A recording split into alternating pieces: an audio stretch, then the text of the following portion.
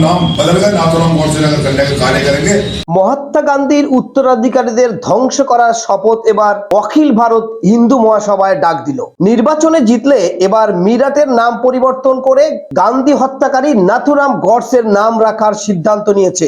BJP ক্ষমতা আসার পর কখনো দলিতের উপরে আক্রমণ, কখনো মুসলিমদের উপরে আক্রমণ, বাদ যাচ্ছে না মসজিদ, গির্জা, গুরুদুয়ার। ধারাবাহিকভাবে সংখ্যালঘু সম্প্রদায়ের উপরে ভারতে এই অত্যাচার লেগেই আছে। আক্রমণে আর থামছেই না এই ভারতে। উত্তরপ্রদেশের মিরাটে অখিল ভারত হিন্দু মহাসভার আসন্ন পৌরসভা নির্বাচনে প্রতিদ্বন্দ্বিতা করার আগে মহাত্মা গান্ধীর উত্তরাধিকারীদের ধ্বংস করার শপথ নিয়েছেন প্রার্থীরা। তারা গান্ধী হত্যাকারী গডসের নামে এবার মিরাটের নাম পরিবর্তনের প্রতিশ্রুতি নিয়েছেন। সেই সঙ্গে অসাংবিধানিক ভাবে তারা হিন্দু রাষ্ট্র ঘোষণা করার সিদ্ধান্ত নিচ্ছে। প্রকাশ্য সাংবাদিকদের সামনে বিজেপি সরকারের আমলে জাতির জনক মহাত্মা গান্ধীকে নিয়ে কুরুচিকর মন্তব্য করা, কখনো দুর্গাপুজোতে অসুর সাজানো, জাতির জনক মহাত্মা গান্ধীর অবমাননা এবং মহাত্মা গান্ধীর হত্যাকারী নাথুরাম গডসের প্রশংসা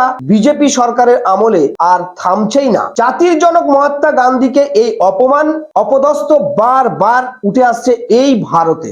गोडसे जी की नाना आपटे जी की प्रतिमा स्थापित है। उस स्थान पर आज हम नाना आपटे और नाथुराम गोडसे को अपना आराध्य मानते हुए शपथ ले रहे हैं कि आने वाले निकाय चुनाव में जो प्रदेश में होने जा रहे हैं उसमें मेरठ में और मेरठ जनपद के साथ साथ आसपास के जिलों में भी हम अपने प्रत्याशियों को सभासद पद हेतु, जिला पंचायत हेतु, मेयर पद हेतु चुनाव लड़वाएंगे। और प्रत्याशियों से हमारी पहली शर्त ये होगी कि जो प्रत्याशी कहीं से आ रहा है उसे कोई पार्टी टिकट नहीं दे रही उसे हम टिकट देंगे, पर हमारी यही शर्त होगी कि उसे गांधीवाद को जड़ से मिटाने की कसम खानी होगी और भारत को हिंदू राष्ट्र बनाने हमारा सहयोग करना होगा। और किसी भी तरीके से अगर हम मेरठ के नगर निगम पर काबिज होकर अपनी सत्ता लाने में कामयाब होते हैं तो हम मेरठ का सर्वप्रथम नाम बदलकर नाथुराम गोडसे नगर करने का कार्य करेंगे। इसके साथ साथ जो आए दिन धर्म परिवर्तन जैसे मामले चलते हैं या और भी हिंदू विरोधी कार्य चल रहे हैं उन पर सब पर रोक लगाने का कार्य करेंगे। बाकी सड़क, खरंजे, खड्डे ये लगातार आ रहे हैं मुद्दों से अलग हमारे कुछ मुद्दे हैं जिसे लेकर हम नगर निगम में अपनी सरकार बनाने जाएंगे और नगर निगम में सरकार बनाने के साथ साथ मेरठ का नाम नाथुराम गोडसे नगर करने का भी कार्य करेंगे। जय हिंद राष्ट्र। হিজামা শিখে স্বাবলম্বী হন, সুন্নতি চিকিৎসাকে বাঁচিয়ে তুলুন। আপনি কি উচ্চ মাধ্যমিক পাস, মানুষকে সুস্থ করে স্বাবলম্বী হতে চান? তাহলে শিখে নিন হিজামা বা কাপিং থেরাপি। এই প্রাচীন থেরাপি মানুষকে কয়েকশো রোগ থেকে দূরে রাখে। নিজে হাতে হিজামা শেখাচ্ছেন হিজামা বিশেষজ্ঞ ইমতিয়াজ আহমেদ মোল্লা। বিস্তারিত জানতে ফোন করুন 9330133735 নম্বরে।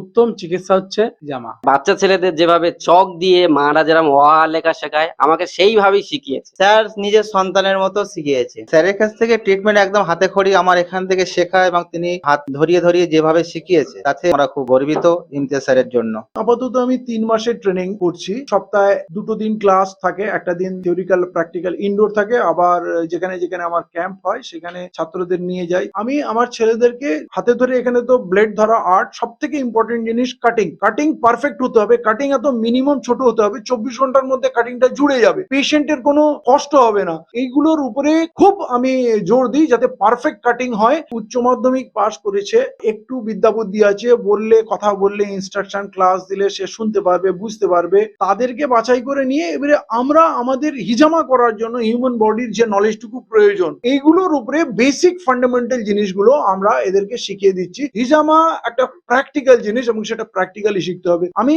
আমার স্টুডেন্টদের বেশি থেকে বেশি প্র্যাকটিক্যালের স্কোপ দিতে চাই।